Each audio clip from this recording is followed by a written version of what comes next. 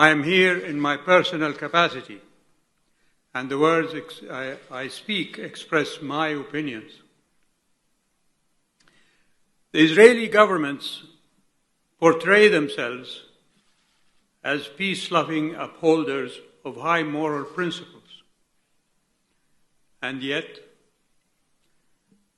they have claimed to be the protectors of human rights, and yet they proclaim that they are the only democratic country in the Middle East, and yet they humbly depict themselves as a small, existentially threatened country surrounded by bloodthirsty killers who want to eradicate her from existence.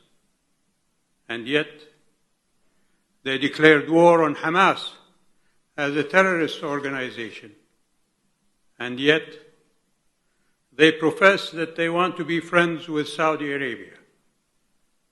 And yet, all Israeli governments are the last of the Western colonizing powers of the Middle East. They continued to colonize more territory of the lands they occupied in 1967 against the Geneva Conventions that prohibit the change of the status of occupied territories. The International Court of Justice issued a ruling that the wall is illegal. And yet, the Israeli Knesset passed a law that defines the citizenship of Israel as exclusively Jewish, denying the non-Jewish inhabitants of Israel of equal rights under the law. What kind of democracy is that? And yet, Israel is the most powerful military between the Atlantic and the Urals. Its might is displayed in its ability to bomb adversaries in Syria willy-nilly, without them daring to raise a finger, as it were, in defense. Not to mention its previous military exploits in 1967 and the raids on Entebbe and Tunis, to the repeated onslaughts on Lebanon.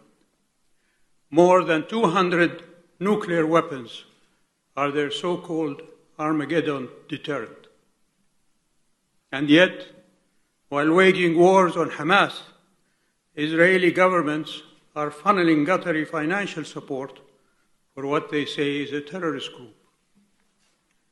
And yet, proffering friendship to the Kingdom of Saudi Arabia has not stopped the successive Israeli governments from unleashing their political minions and their media hounds from all countries to denigrate and demonize Saudi Arabia.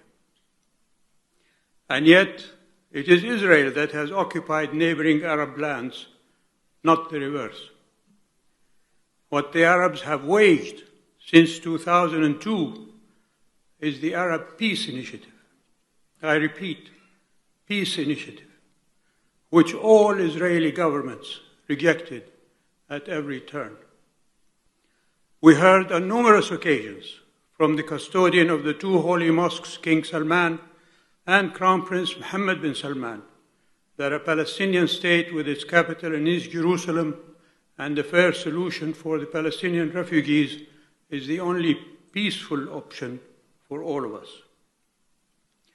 You cannot treat an open wound with palliatives and painkillers.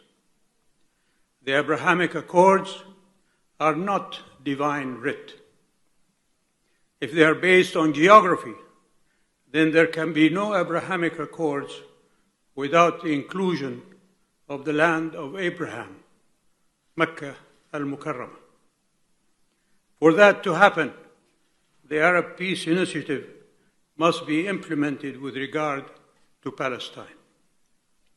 So I call on the people of Israel to take the extended hand of peace and end this tragic charade.